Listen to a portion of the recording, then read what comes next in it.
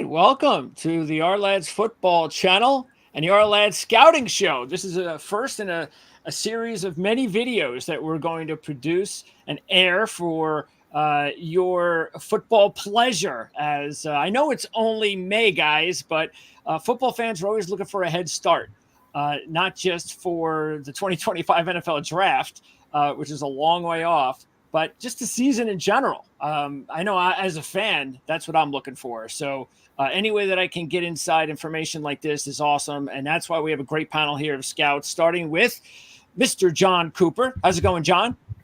Good. And also Mr. Dave Syvertsen. Dave, good to see you again. What's up, Greg?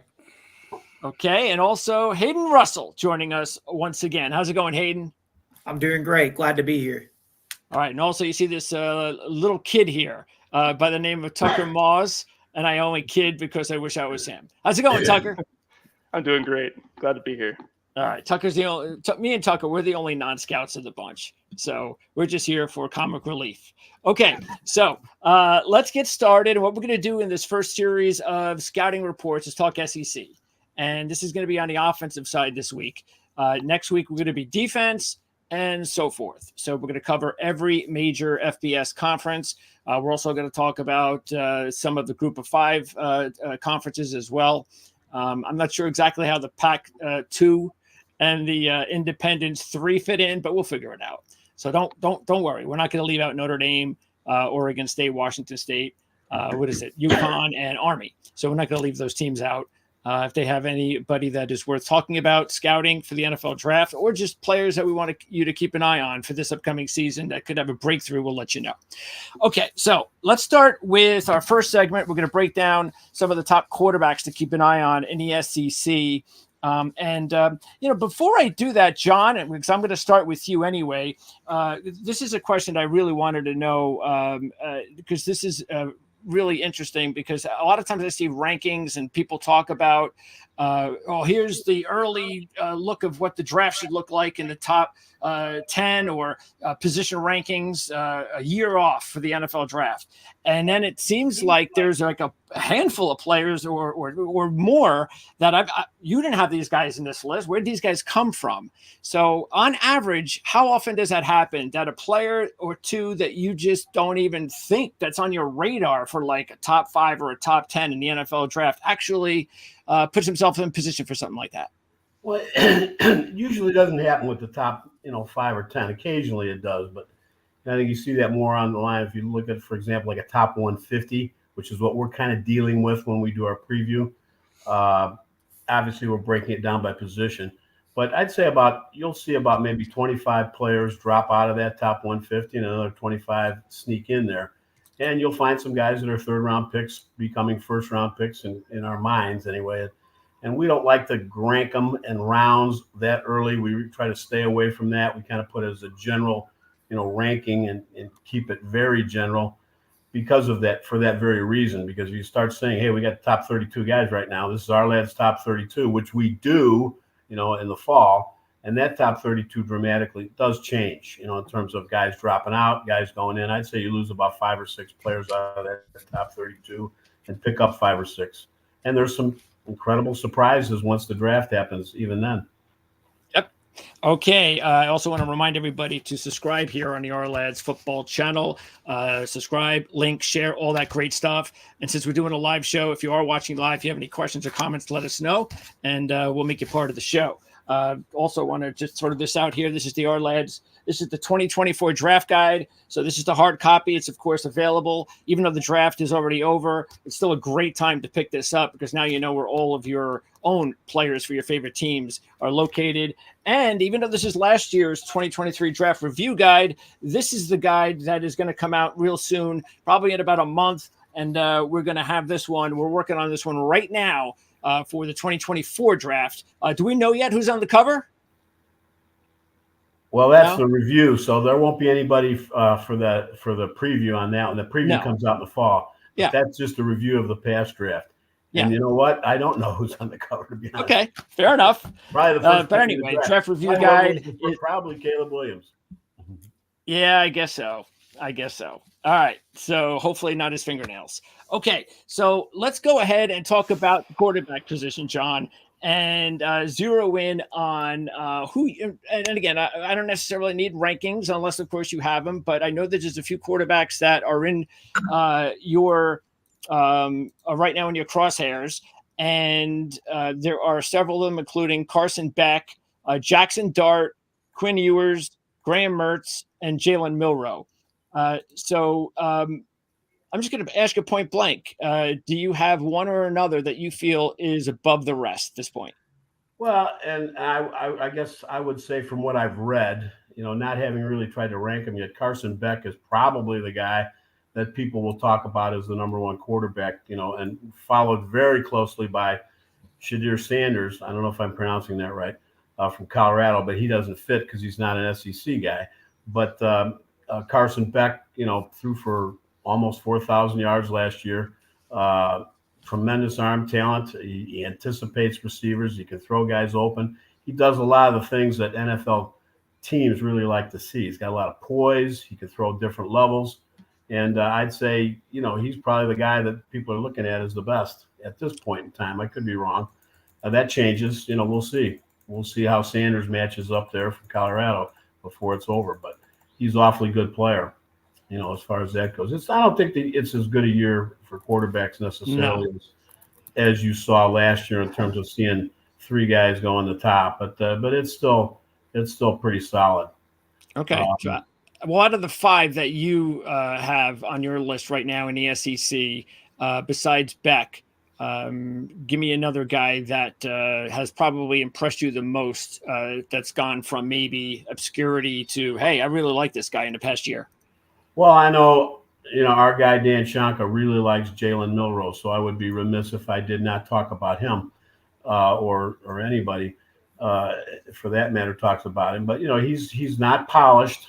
He's not the most imposing guys, but he's really got does a lot of things. He can run. He's 6'2".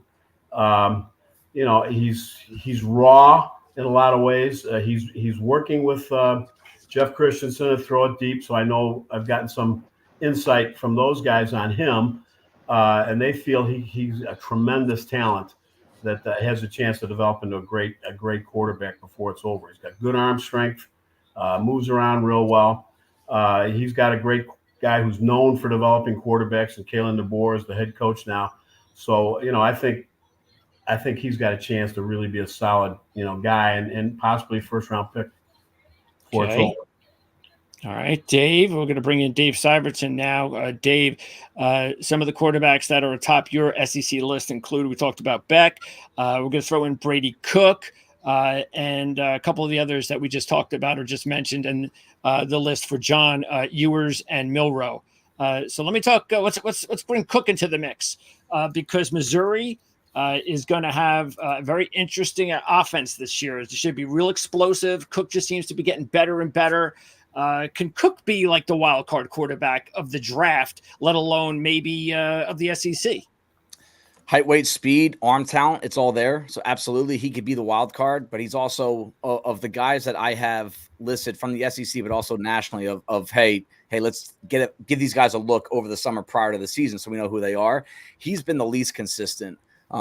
Very, very lack of pocket presence, doesn't really feel pressure. He tucks and runs really quickly. He is a superb athlete. So that is what I like about the game. And he can throw the ball. He's tough as nails.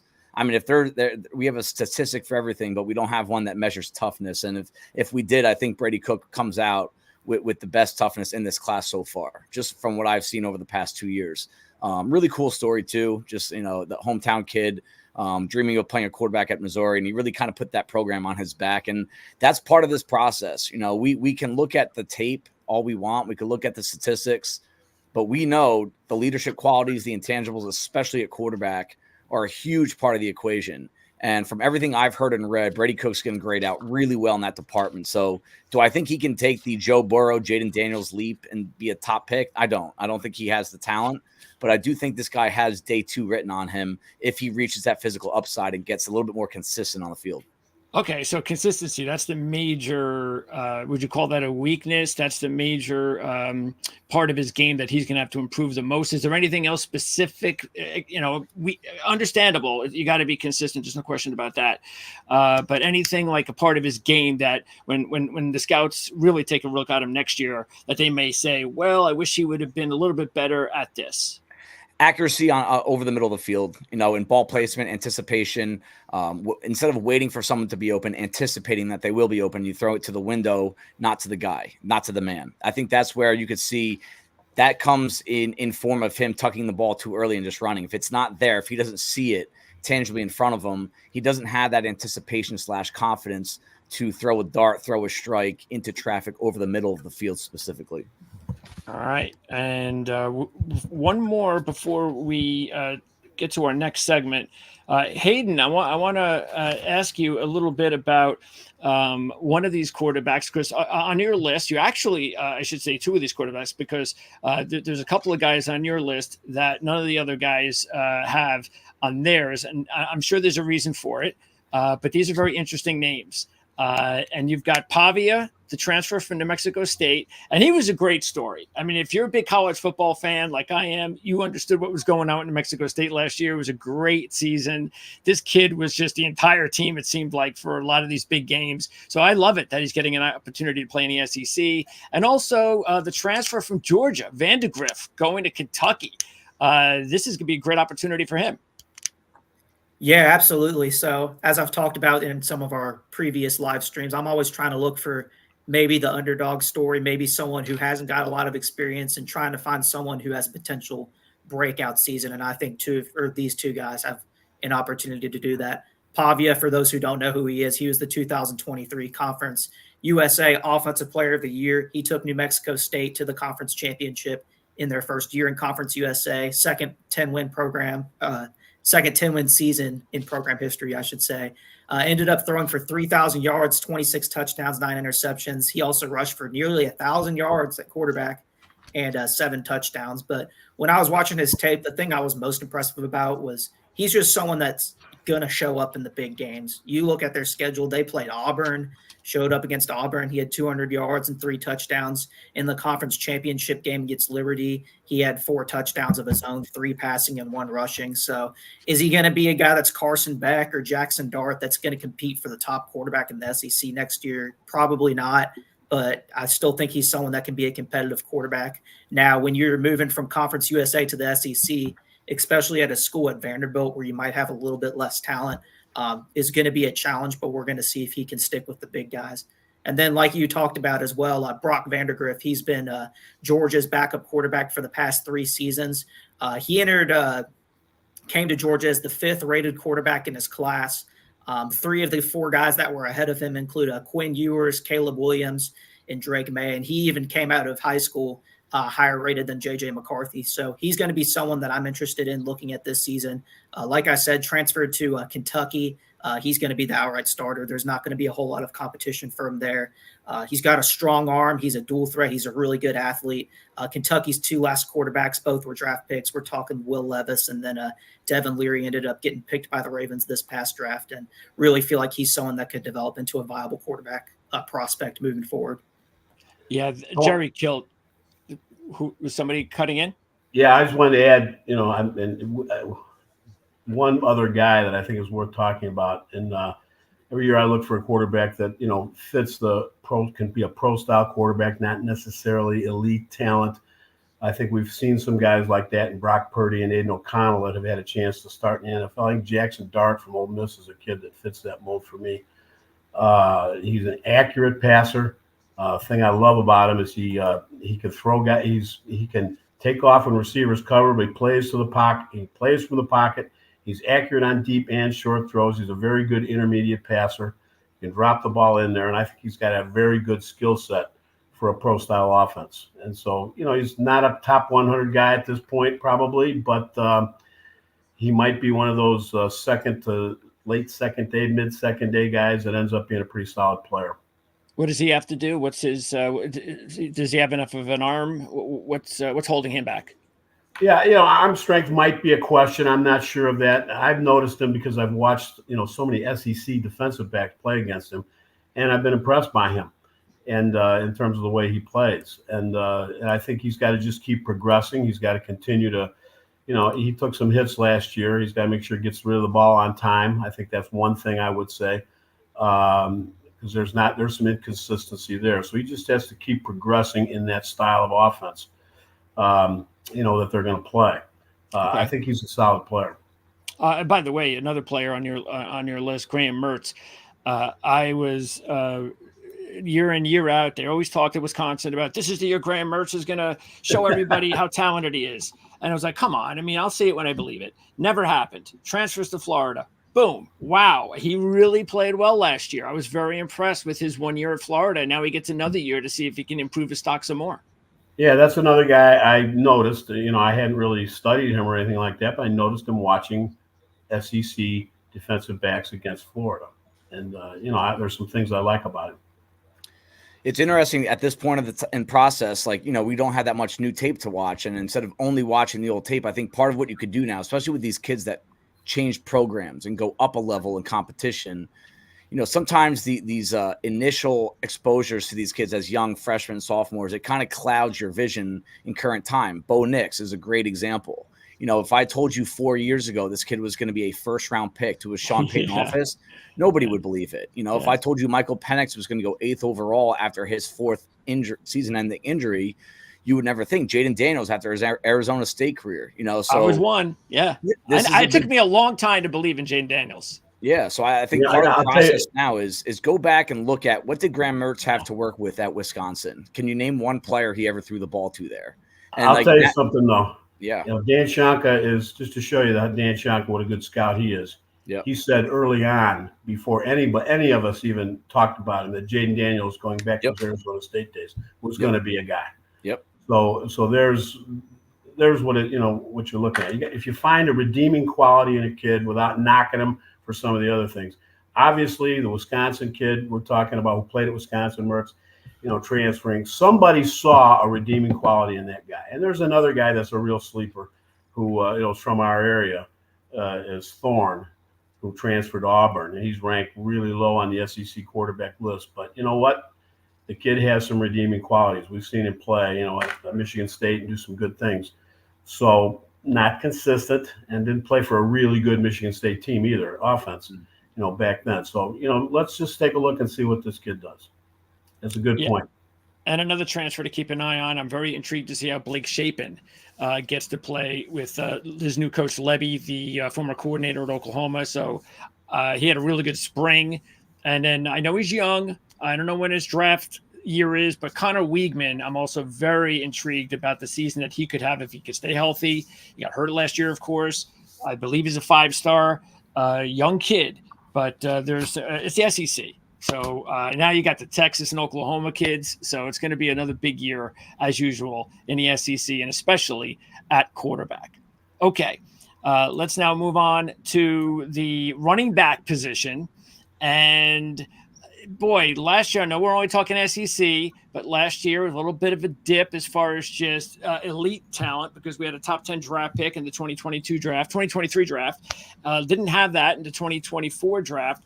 But starting in the SEC, we have several running backs to keep an eye on. And I want to first start with you, Jon, because the two guys that you really like the most are Trevor Etienne, the Florida Gator transfer, who's now playing for Georgia, and Raheem Rock Sanders, who is now at South Carolina, transferred from Arkansas, had a huge year a couple of years ago, has been dealing with some injuries. But those are the two guys that you like the most. Well, Etienne, I wish these guys had easier names to pronounce.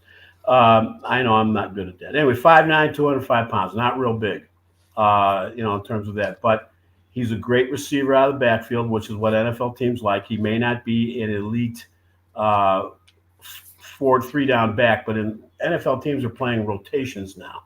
And some of these guys, are going to play just because of some redeeming qualities or some skill sets that they have. And this kid is explosive. He's got very good contact balance. He can find a crease He can slide and pick the hole in a zone scheme, especially. He's got a good football IQ. He changes direction well. He's got very good agility. And the thing I like about him is his receiving skill out of the backfield.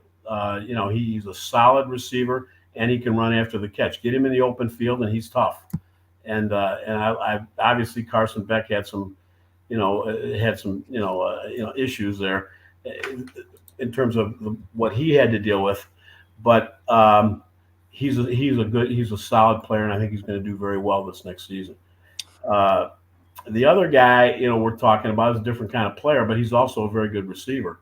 He's a guy that is about 245 pounds, if I'm not mistaken.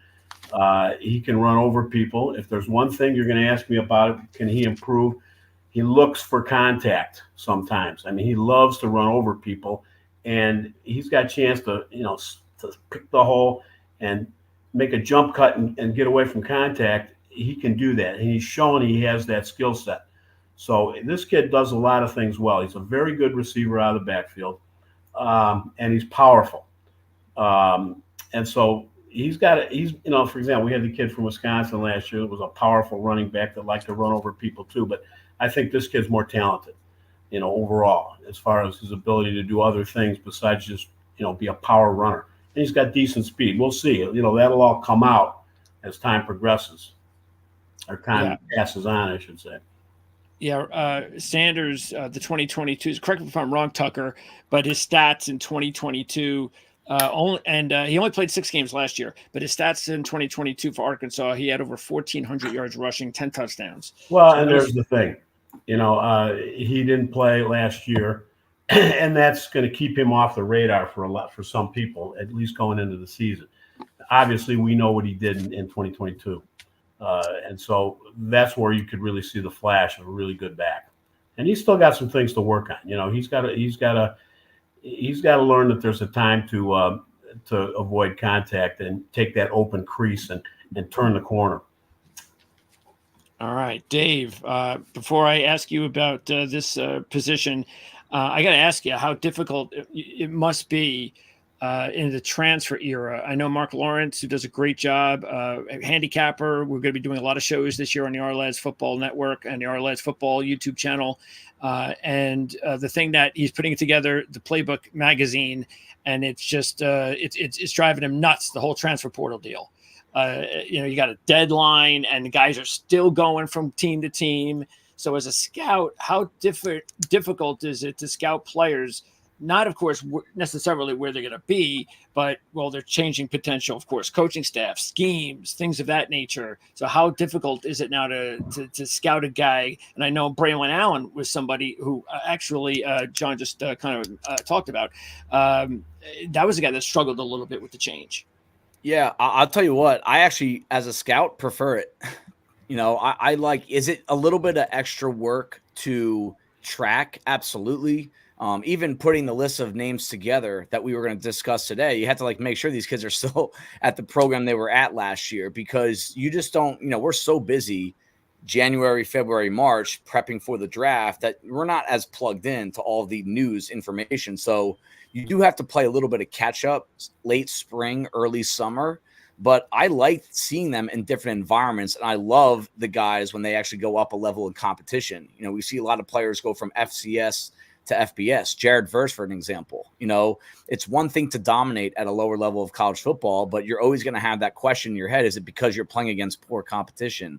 To see guys level up or get into a new offense and succeed, it just can expand the horizon and actually take some questions away. I mean, one of the jobs of a scout is to get rid of as many questions as you can. You're never going to get rid of them all, right? But if I can get rid of schematic questions, level of competition, surrounding talent questions, Will Howard, the quarterback for Ohio State, for example, right?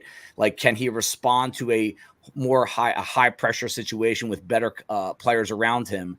That's actually, it helps the scouting process. So I'm all about it. What used to be viewed as, this kid got into trouble, he now transferred, is now just dime a dozen. With ETN, who we just talked about, it's also an opportunity to see how these kids respond to the transfer. He publicly said a lot of bad things about the Florida program. Was it the most mature thing in the world? That it wasn't. And you might want to open the possibility that could be who he is when adversity hits. And he's a kid that just got arrested for a DUI last week. So, we're not going to put a character red flag on him per se, but it just opens the door to answering a few more questions that you normally wouldn't have been able to do about 10 years ago. All right. I would add to that. Sometimes when you see a guy flop that goes up a level from FCS, it doesn't necessarily mean he's not a good player. Right. And he won't fit into an NFL team. The kid that Hayden and I were talking about, Ukwu, who transferred to Kentucky from James Madison, is a classic example of that. He was a dominating player, an All-American, honorable mention it, and then at Kentucky, playing in a rotation, he flashed the talent that we saw at James Madison, and he's a free agent instead of a draft choice, whereas I think if he would have stayed at James Madison, he would have been a draft choice. But some of that was beyond his control because of the way Kentucky used it. And so, you have to be aware of those kinds of things too, because he could turn out to be a solid NFL player. Yeah, and the traits are there for sure. And landing in the right spot, the right coaching staff exactly. is going to. Yeah. So sometimes that muddies the water too, when they transfer. So sometimes it hurts. It works both ways. Let's put it that way. It works both ways. All right. By the way, speaking of Florida, Dave, Montreal Johnson Jr., I mean, this is a kid who really had, a huge start to his career over in the Sun Belt, transferred with his coach. And actually, he put up, even the last couple of years before last year, put up some really good numbers between Florida and Louisiana Lafayette. He had over 1,600 yards rushing, 22 touchdowns his first 2 years, splitting the schools. Had over 800 last year and 5 touchdowns. Maybe they were expecting more. But who knows? Maybe this year, with Etienne gone, maybe he will become the focal point of the rushing attack, and maybe he'll be able to put up some even bigger numbers. But what about his pro potential? 5'11", 217. He's got that NFL body, and I think that 1-2 punch of him and Etienne. I went in thinking Etienne was the number one guy without knowing much about either one of them. And I left the first 2 games of watching Florida last year saying, this is the dude. He has been the dude both years that he was there. He's been the leading rusher. And I think he's a better every down ball carrier. His lower half, the power, the quickness, the sudden ability to change direction while moving downhill, a little bit better anticipation as well. He is the guy now with Etienne in Georgia. And I'm really looking forward to seeing how he responds to that with 2 years of film on him from opponents. But now he's not sharing touches the way he was last year. I just think in terms of all, Etienne has a bit more star power to his game, the name. I think his brother helps him out a little bit in that regard. But I think Montreal Johnson is a better pure back. Yeah, and he's got the size you're looking for too, for a running back. So yep. Is he a north-south runner? Is that what he is? He can be. I mean, he's done it all, but his best game is north-south. Keep him between the tackles, but he has enough shake and enough wiggle, and I think that's what surprises a lot of people about him when you really start to break him down. You also have Jarquez Hunter on your list from Auburn. Yeah, spent 2 years behind Tank Bigsby, third-round pick from Jacksonville in 2022. He's the leading returner rusher in the SEC. With Judkins transferring to Ohio State. So he's the number one rusher that is actually returning to the SEC. Need to see better ball security, 35 catches in 24 games. I'd like to see him add a little bit more of that to him. We always hear come draft time, what can you add to the passing game? But this is a kid that runs angry. Every now and then you watch enough backs play. There's some guys are a little bit more passive. Some guys run pissed off. That's the style that he runs with. He was the leader in broken tackles, yards after contact per rush. Those are metrics that I love to see in a college back when I'm trying to project them to the next level. And also keep an eye this year. I'm very intrigued with the backfield at Missouri. You have Marcus Carroll and Nate Noel, both coming from the Sun Belt. Carroll had over 1,300 yards rushing last year and 13 touchdowns. Noel has been, a stat guy for 4 years now. So he was there ever since his freshman year when he had over 1,100 yards rushing at App State, which is actually his best year statistically. So that's going to be a very intriguing backfield at Missouri. And also I want to keep an eye on Dylan Sampson because Tennessee always seems to have these running backs, and Jalen Wright's gone. So Sampson, who had over 600 yards rushing last year, could be somebody to keep an eye on this year. Hayden, I got to ask you about the running backs of Texas because remember, they're an SEC school. So they've had 4 running backs drafted in the last 2 drafts. What's left? Who's next?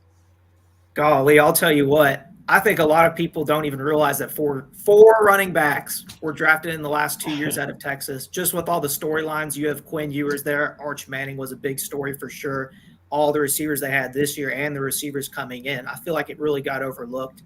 They have 2 guys that are returning that I'm really intrigued with. I'm not going to talk a whole lot about CJ Baxter. He's their leading returner that they have coming back this season. I'm only not talking about him because he's going to be a true sophomore, so he still has a couple years before we really start talking about him in the NFL draft conversations. They do have a running back coming back. His name's Jaden Blue. He's going to be a true junior. So still young, but he's going to be eligible for the draft. Rushed for 6.1 yards per carry last year, only 65 attempts. So he's not someone that got a big number of attempts throughout the season, 398 yards in total. I did watch him play a little bit in the playoffs when they played Washington. They used him in 1-back sets, 2-back sets, along with Jonathan Brooks. He's listed at 6 foot, 198, so I think he passes the size metric. He's got good change of direction skills. I thought he had a good bend in his ankles to cut back across the formation. Great at pressing his point. He's someone that's really going to help the offensive line in terms of to help them out from a blocking standpoint. One thing that really I think he needs to improve on is going to be his toughness, fighting for more yards after contact once he comes in contact with the defender. But Texas is going to be in good hands again in terms of their running back room next year, and I'm really excited to see what they do. Yeah, and Oklahoma, of course, as well. They're going to come to the table with a lot of really good players. So these are going to be 2 teams to keep an eye on, especially at the receiver department. And as we make the transition to the next segment, when we talk about wide receivers and tight ends, I'm actually going to stick with you, Hayden, first, because I want to talk about Missouri. We've talked about Cook at quarterback. I just mentioned those 2 running backs. Of course, Schrader's off to the NFL, so that's why Carroll and Noel could be big parts of their backfield. But the wide receiver unit in general, and obviously I want to get all your take on Burden, because Burden could end up the top pick of the draft if it's not a quarterback. That's how good this kid is. So I'm sure you guys are going to just talk all about him. But it's not just Burden. I mean, they have a loaded unit. This is just going to be an explosive offense, it looks like. Yeah, absolutely. I'm super excited to see what their passing offense looks like. I know we talked a little bit about Brady Cook earlier in the session. He's coming back at quarterback. And then we also talked about that monster they have at wide receiver and Luther Burden. I really wanted to focus because I'm sure Dave and John are going to talk a little bit about Luther Burden, really on what else they have coming back in the receiver room, because they have 2 redshirt seniors that are coming back at the other receiver spots, and just taking a look at them and seeing, is there something there? Can we be looking at these guys as potential prospects in the future? The first one I'm going to talk about is Theo. I believe it is pronounced Weiss. I'm not 100% sure. He was the number 3 receiver in his class. He started out at Oklahoma and ended up transferring to Missouri this past season. This year, he had 49 receptions for 682 yards and 6 touchdowns. So some pretty decent production for someone in their first year in the offense, I'd say. Has a thicker frame. He's a physical blocker. I thought he had really impressive tracking skills when looking for the ball. He made some pretty impressive catches. His foot speed doesn't really flash. He definitely needs some work in terms of his route running ability, really sharpening his route running, boxing a little bit better. But the potential is there. The other receiver that I was looking at was Mookie Cooper. He's going to be a little bit more undersized. He's only 5'9", 185 pounds, really primarily their slot guy.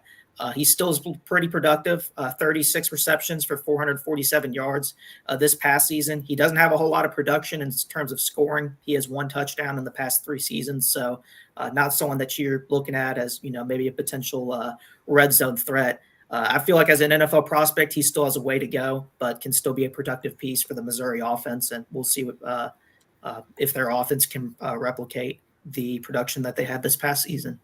Yeah, and also I know he's only a freshman. We'll talk about him next year, but Marquise Johnson looks like he could be ready to take off. I mean, this guy has blazing speed. He has a 29.4 average. I mean, that is amazing. I know it's only 13 receptions, but that's still an amazing number. So keep an eye on him. And tight end Brett Norfleet is also a freshman that we'll be hopefully talking about in the next couple of years. He had 3 touchdowns and 18 receptions as a freshman last year. So they're loaded at Missouri.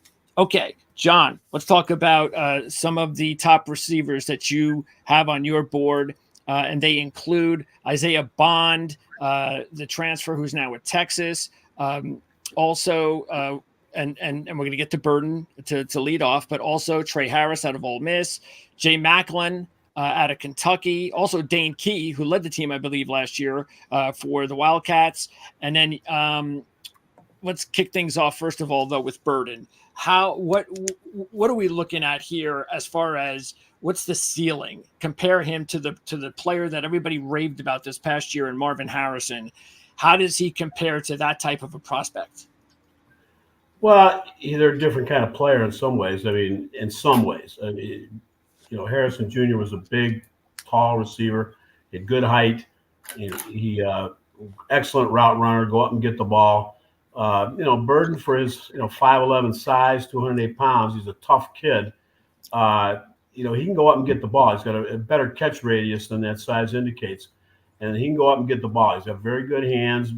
He does not always extend on the deep throws, but the overall, this is a guy that the thing that impresses me the most is incredible body control. The way he can, contort to get the football, as I talked about catch radius, and the thing that's really good is his run after catch ability. He's actually a physically tough runner. He can run over defensive backs, and I've seen him on film do that. But he also has incredible agility in traffic. It's amazing when you watch him play for the first time. You're amazed when you see him catch, a 7-yard hitch and take off and run and make people miss in space. And if a guy confronts him, a defensive back, he can run over him too. That's the thing that amazes me about him. His run after catch ability is about as good as I've seen. So he's going to be a top receiver because of that. He's also a return threat. Somebody wants to use him for that.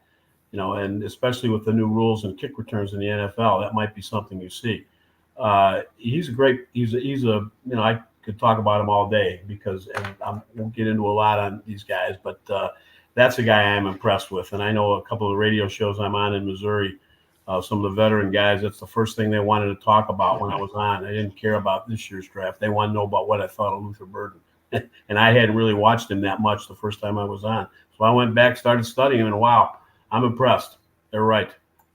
By the way, those two Kentucky receivers, the one that might be the most interesting is Macklin.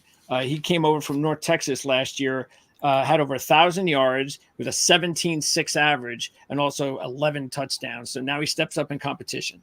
The thing with him, and I did have a chance to look at him because I had some North Texas film, and he is a really, really good route runner. He can separate from people with very precise cuts. I don't know how fast he is. That's something, I'm going to want to see. But I love his route running ability. That's the quality that will separate him, from other receivers. And I don't know where he's going to go in the draft. I don't know. He's probably not a top 100 guy, but it's going to be interesting to see how he does it at Kentucky. They've got 3 really nice receivers because of that. I mean, that's going to be interesting to see what happens with that team on offense. Yep. All right. Dave, few on your list as well, very similar to Jon's, but let's talk about a couple of players, first of all, that are not, and then you can throw in what you think also about Burden and some of the others that are on Jon's list. But first I want to ask you about Nick Anderson from Oklahoma, because Oklahoma, speaking of really good receiving units, we just talked about Missouri having an excellent unit. Oklahoma is probably going to have the only thing separating Oklahoma from Missouri is Missouri's got Burden, but Oklahoma is also very deep, led probably by Nick Anderson at this point. Yeah. So this is, when we look macro level, big picture, what can be difficult for us at this point is we don't know which underclassmen are going to declare. This is a redshirt sophomore. And odds are, redshirt sophomores, a lot of them don't come out, unless you have a special season. And we know that this year, which I believe is the last year of the extra season of eligibility that athletes got from the COVID, the draft is going. I know, seriously. I'm so done with that process. 7-year players, some of them. Medical redshirts. Incredible. There's going to be a ton of players that we have to watch this fall. And the draft itself is more likely than not going to be one of the deepest day 3 undrafted free agent periods ever, which to me could make a lot of underclassmen punt on declaring for the draft in 2025. So a Nick Anderson type, this is where we're in a tough spot that we do this, don't do this full time. How much time should we be spending scouting a kid that's a redshirt sophomore that is really essentially a coin flip, maybe even less than coin flip odds that he's actually going to come out in 2025. So I just wanted to put that note out there. But tools wise, Nick Anderson, I love this dude. I think in terms of the height, weight, speed, length, and the ability to get vertical, I like this kid as much as, outside of the top two, Burden and McMillan from Arizona, I think are 1 and 1A for this upcoming draft. I think this kid has a shot at being number 3. And if that is the case, wow, he could be a redshirt sophomore redshirt sophomore. There you go. Tie number 3. Yeah. This is the younger brother. Do you remember the running back from Oklahoma, Rodney Anderson? Yeah. This is his younger brother. And that was a kid I loved out of Oklahoma, but his medicals were so bad. And Cincinnati took a shot on him, and go figure, he got hurt and his career ended early. But he set a school record for with 10 touchdowns for freshmen at Oklahoma. And that's a program that they've been churning out a lot of quality receivers into the NFL lately. And the fact that he exceeded some production numbers early on is a really good foundation for him to jump off of. Now, he needs to show more physical play. He's a rough as a route runner, very rounded, and they don't run a whole variety of route tree for their wide receivers down there. Yeah. So I do think that, there's still a lot more he needs to show, but you talk about the basic studs of a wide receiver prospect. I think Anderson has the goods. Yeah, I mean, you take a look how deep this unit is. I mean, you have Purdue transfer. Deion Burks is coming over. He led Purdue last year. I know he's a little small guy, but still. You got Jaden Gibson. He's a 4-star player who has had an excellent spring, had a 26.8 average on 14 receptions and 5 touchdowns last year. He's 6'5", 200. And then you have Farouk. And Farouk is dealing with a foot injury. They say he's going to be ready in the fall, but he can do a whole lot of everything. They actually had him 17 rushes. He had 19 kick returns, 45 receptions, almost 700 yards receiving. So, and then we just talking. Speaking of injuries, you've got Andrew Anthony, who's also coming back from injury, and hopefully he's going to be okay. So that is one loaded wide receiver room at Oklahoma. Okay, before we move on, throw in anything else, because there's some of the guys that were on your list, either one of you guys, because you have Trey Harris, who I know is also a very talented kid from Ole Miss, Bond, who's now going to be over at Texas, and you also have Wells, the transfer from South Carolina at Ole Miss. You got Squirrel White at Tennessee. So anybody in particular out of those guys that you also want to just throw a little bit of information on there? Yeah, Squirrel White is someone that he ran a 10.68 100 meter in high school. And that's something that I think we can do at this point in the process where we're not watching updated film quite yet, is look at what some objective numbers these kids have from track. That stuff comes up all the time in scouting circles. What are the actual objective numbers that these kids have on their resume? Xavier Worthy, for example, this Squirrel White is 5'10", 165. Your initial impression is going to be like, dude, he's not big enough. Xavier Worthy goes to the combine and sets a combine record with a 4.2 140, and Squirrel White has that kind of speed, similar body type. But what made Xavier Worthy, I'm convinced by this, that what made him a first rounder, despite that frame, is how tough he played. And that's what I see in Squirrel White. The dude is tough. He breaks tackles. He runs through tacklers. So, he's only has 2 punt returns on his resume, 21.5 yard average. So if they can give him a few more looks in that department, that's just going to expand his resume even further. So Squirrel White is a guy that I think is really under the radar because of the size, but can't teach speed, and the NFL loves it.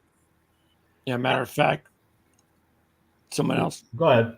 I was going to bring up, first of all, speaking of Tennessee, Brazil. We'll see what happens to him with the transfer over from Tulane, and then a few others that we just spoke about. Antoine Wells. What do you think about Antoine Wells? Because Antoine Wells had a monster 2022 season, had the foot injury last year, so that was pretty much gone.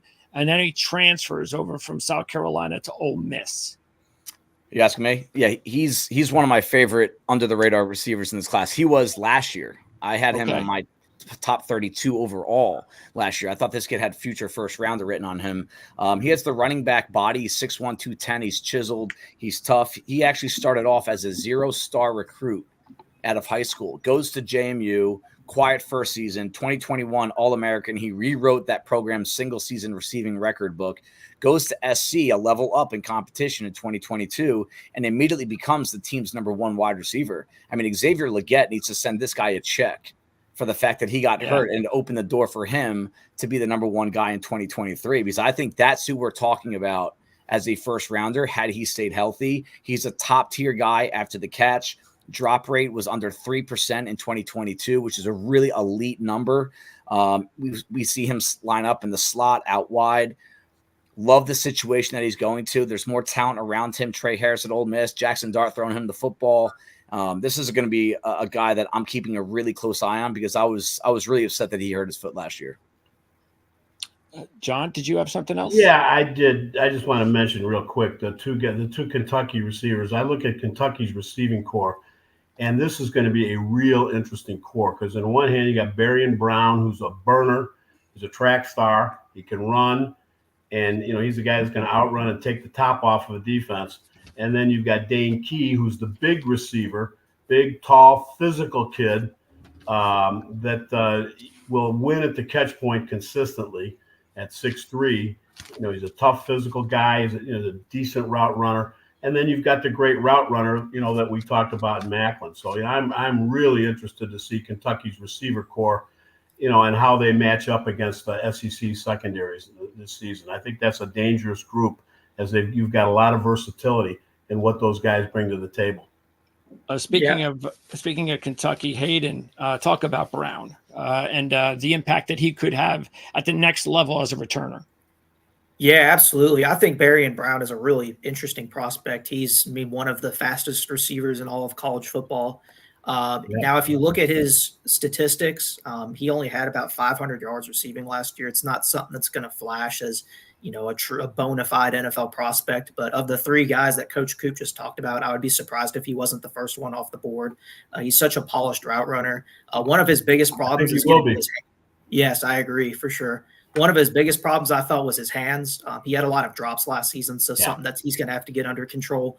Now, one thing that doesn't really typically get brought up when talking about his scouting report is that he's returned 4 kicks for touchdowns over the past 2 seasons, including 3 this past season, which I think is going to be interesting because of the new kickoff rules now in the NFL. What type of player are, NFL franchises looking for to return kicks for them? We just saw, I was talking about the Texas running backs earlier. Keelan Robinson was 4th on their team in rushing yards, but he does have tremendous return ability.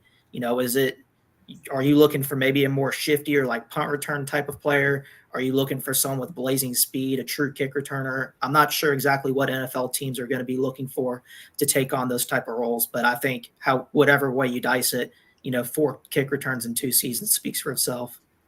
And we're going to find out this year. So once this season, even just probably the first month of the NFL season, I think we have a pretty good idea what the heck's going on. And that's going to really help these kids out of college when they come out for next year's draft and so on. Before we move on, just some other players to keep an eye on. Ole Miss, he's a little injury prone, but Jordan Watkins is somebody to keep an eye on with that team. They also have to keep an eye on 2 Division II transfers who played well last year. You have Andrew Armstrong, who's with Arkansas. And by the way, he also gets Bobby Petrino now as the coordinator there. And also Jade Walker from Texas A&M, another Division II transfer who was the number 2 receiver on the team last year. And also both of them have 6'4" size. So those are a couple of guys. Dominic Lovett, keep an eye on him. He was a Missouri transfer who now actually is coming back after a 54 reception season for Georgia last year. And Ra Thomas is another player to keep an eye on for Georgia. Receiver, and with Beck throwing the football, he's got to go somewhere, and those guys are going to get a lot of receptions and a lot of opportunities to make plays. LSU, you got Kyron Lacey.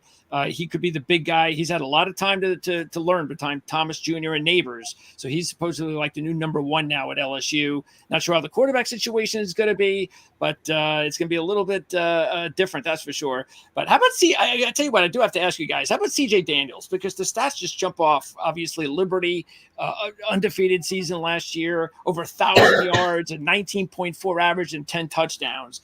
Anybody want to talk about whether or not you think he could actually be the best receiver on that LSU team this year? Go ahead. No, nobody wants to go that route. All right. Well, anyway, Offensive keep line. an eye on Daniels, because again, he is coming from Liberty, but Liberty obviously, Hugh Freeze, former SEC coach, they really had good things going on there. Made the coaching switch, didn't seem to matter. So Liberty is still one of the best programs that is not in the FBS to keep an eye on. All right, now, before we finish up with offensive line, I got to just quickly go over the tight ends. Dave, you've got two tight ends that you want to keep an eye on. You've got Priscorn from Ole Miss and Mason Taylor from LSU. Yeah, Mason Taylor is a true junior. So, again, who knows if he's coming out. But NFL lineage, that's always a fun talking point at some point. And this is Hall of Famer defensive end Jason Taylor's son.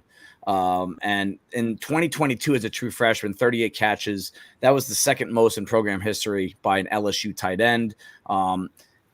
Expectations were pretty high for him going to 2023, but honestly, there just weren't that many targets to go around with Brian Thomas and Malik Neighbors taking up so much of the action. So now I think him and Lacey are going to be the two go-to guys in their passing game. And this is a kid that I think he averaged over 15 yards per catch. Caden Priscorn from Mississippi, high school quarterback, a walk-on at Memphis in 2019. He spent 4 seasons at Memphis and goes to Mississippi, 15 yards per catch, 4 touchdowns, most among tight ends in the SEC with over 20 catches in terms of how often he was getting the ball downfield. He's massive. I think he's going to measure in around 6'5 plus, 250 plus. So he has that classic wide tight end build. And he's going to be a big part of that offense. I know we talk about Juice Wells and Harrison and on the outside, but they do a lot with him in terms of alignment, pre-snap movement, sending him up the seam, wide route tree, really good hands. And again, it's tough to scout tight ends right now. It's really tough to project them to the NFL at the next because of schemes and the different roles that teams like to use them in. But this is a kid that I think can do everything you want an NFL tight end to do. And he's got every tool. And I just love the story of a walk-on coming into a potential starting caliber grade at tight end. All right. And another tight end that intrigues me is Revardo Fairweather from Auburn, the FIU transfer. All he did was go to Auburn last year. And I don't know, maybe this is probably a knock on Auburn that he led the team in receiving as a tight end, but still, it's still pretty impressive to come from FIU, to go to the SEC school and lead the team, including with 6 touchdowns. So I want to see if he could take that next step. All right, let's wrap up with the offensive line. And John, there's a lot of offensive linemen to look at as usual. It was a big draft for offensive linemen. It seems to be a position that is really starting to gain traction now, as well it should have been for a long time. But I think it's just the fact that there's just not enough good offensive linemen in the NFL anymore. So do we have any really big-time talents, like any potential top 10 talents out of the SEC this year on the offensive line? I don't know if they're top 10, but I think they're first. I think you got about 2 or 3 first-round guys, out of the SEC, or early second maybe. But I really, really like Will Campbell, and I like Emory Jones too from LSU. I like both of those guys, and Dave will probably want to talk about them a little bit too, because we both watched a lot of Jaden Daniels last year. You couldn't help but notice he was pretty well protected.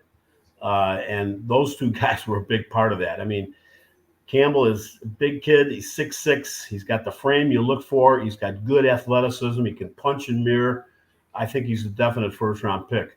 The only thing that is going to possibly get in his way, from what I've heard, because I don't observe it on film, is arm length. Wingspan might be a little bit of a problem. But I want to know if he's got a plus or minus wingspan, because that's something that NFL teams look for. But he does have the skill set to counteract that, at least when you watch him in the NFL, in the SEC. NFL, there's a Freudian slip for you.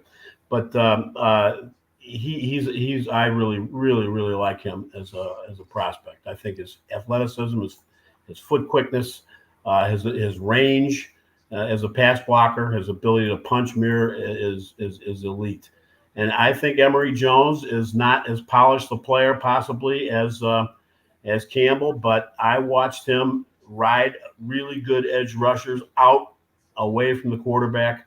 He did a nice job against some really good players. The names are escaping me at this point, senior moment, but but I want to tell you, this kid's good. He's a powerful player. He's got a wingspan. He's also 6'6". He's probably about 325 pounds, and he's very violent when he sticks his hands into that chest, and he can keep people away. Again, a little raw on some things. He's not as athletic, which is why he's a right tackle, but he's an awful good player. And watching LSU play, you just couldn't help but notice those guys, even if you weren't out there to study them. There's a couple other guys, and I'll let Dave talk about them. Ernest Green from Georgia is probably might be the top tackle in the draft at 6'4", 320. Kelvin Banks at Texas. So you've got maybe four guys, three for sure, I'd say, maybe a fourth, that could be number one picks. Dave, what about let's conclude this segment and this video by talking about the interior of the offensive line. Who sticks out? Well, I like the kid from Alabama, and I actually don't really get up to speed on offensive line until the actual in season, just because I think I need more time to do the receivers, running backs, quarterbacks. So I like to just get them started earlier. But I do, like John, we watch these national championship games, the playoff games, and you can't help but get a visual. And Jaden Roberts, the guard from Alabama, what he did against Michigan was, and that Michigan interior, they had Jenkins get drafted this past year. They're going to have 2 or 3 kids get drafted from just the interior alone. Yeah. And he was outstanding against them. And one of my favorite parts about scouting is finding these kids, their tape against the best possible competition. I don't want to watch Alabama versus Chattanooga and come up with a real evaluation of especially in the trenches. But you watch someone play against that Michigan front and come out the way that he did. That's a big deal to me. So I think that we're in year 2 of his career in terms of real, genuine playing time. We want to see him adjust left to right a little bit better. But when you're talking about length, hand power, and the ability to anchor against a quality NFL caliber bull rush, that dude's NFL ready now. So if he can clean up the other elements to his game, he could be a top 45 pick as an interior offensive lineman from Alabama. Yeah, you're talking the other guys, Tyler Booker and Parker Brailsford. So, you got 3 guys right there in the interior of Alabama's offensive line that are among the best in the entire SEC. So I think all 3 of those guys are going to be in the top 3, in the top 3 rounds. So, we may be wrong on that one, but I'm just dropping a guess. Well, they're too early to really definitively say that, because there's still an awful lot to go. That's right. So you can't hold it against us. Well, they're going to have some really good young running backs to watch this year at Alabama. You got Haynes, Miller, and Young, all 4 stars ready to break out. So they're going to be running behind a really good offensive line. All right, so that's going to wrap things up. Again, it's early, but this is just the first in our series of making sure that we cover every conference in college football, including Notre Dame. And offense and defense. Defense next week for the SEC, and then I believe we move on to the Big Ten after that. Either way, like I said, if you have a favorite team or a favorite conference, make sure you subscribe to this channel and follow us all the way through. We're getting a head start. We're real early, but this is the best time to do it, to get a jump start on not only the players that are going to be worthy of being drafted next year, but just generally players that you want to keep an eye on and watch in this year's college football season, which should be truly special since it's going to be the first with an expanded playoff system. So should be great. All right, guys, appreciate it. And we want to make sure that, again, the fact that we have 3 scouts here, we're going to be doing this every Friday. If one of them has to take the week off for whatever reason, even though they shouldn't, the fact is that they'll have the other 2. There's too many good golf outings on Fridays. See? To change the day for me. There you see. So, and again, this is the 2023 guide, draft review guide. So the 2024 one will be out soon. And I don't know. Richardson wasn't the top pick of the draft, so I'm not sure to be Caleb Williams. Could be anybody. Let us know if you want a player on the draft review guide. Leave a comment and give us some suggestions for the draft review guide that comes out next month here at ourlads.com. So that's going to wrap things up. We want to thank everybody as usual, including you, Tucker, We got to get you talking some more. I've got some work for you, so we'll get you to participate more because you've got a big brain in your head there that we have to make sure everybody can take advantage of. So, but anyway, that's going to wrap it up here on the Ourlads Football Channel. Thanks a lot for tuning in, and we'll see you next time.